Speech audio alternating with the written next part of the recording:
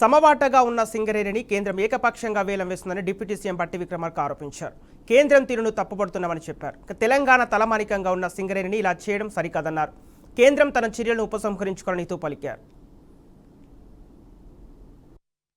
సింగరేణి ప్రభుత్వ రంగ సంస్థకు కాకుండా ప్రైవేటు వ్యక్తుల చేతులకి బ్లాకులు పోయినాయి. సింగరేణి ప్రాంతంలోని ఇతర బ్లాకులు కూడా ఈ విధంగా వేలంపాట పద్ధతిలో కేటాయించాలని కేంద్ర బొగ్గు శాఖ వారు నిర్ణయించారు. ఇది బాధాకరంగా మీ దృష్టికి తీసుకొస్తున్నాం. సింగరేణి సంస్థ అనేది కేంద్ర రాష్ట్ర ప్రభుత్వాల ఉమ్మడి సంస్థ. ఇది మన ప్రభుత్వ సంస్థ. ఈ సంస్థ మన రాష్ట్రానికే కాకుండా ఇతర రాష్ట్రాలకు కూడా బొగ్గు అందిస్తా ఉంది. అలాగే దేశంలో బొగ్గు రంగంలో పనిచేస్తున్న అతి కొద్ది ప్రభుత్వ రంగ సంస్థల్లో సింగరేణి ప్రముఖమైంది.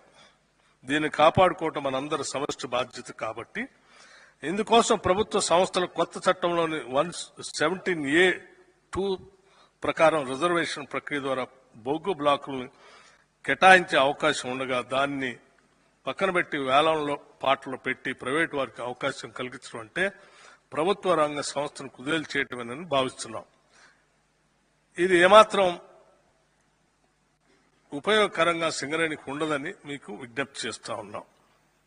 సుదీర్ఘ చరిత్ర ఉన్న సింగరేణి సంస్థ ఇప్పుడు 39 బొగ్గు గనులతో నడుస్తున్నప్పటికీ కొత్త గనులు కేటాయింపు లేకపోతే ప్రస్తుతం ఉన్న గనులు క్రమంగా తగ్గిపోవటం జరుగుతుంది. రానున్న 5 సంవత్సరాల్లో 8 భూగర్భ గనులు, 3 ఓపెన్ కాస్ట్ గనులు మూతపడబోతున్నాయి.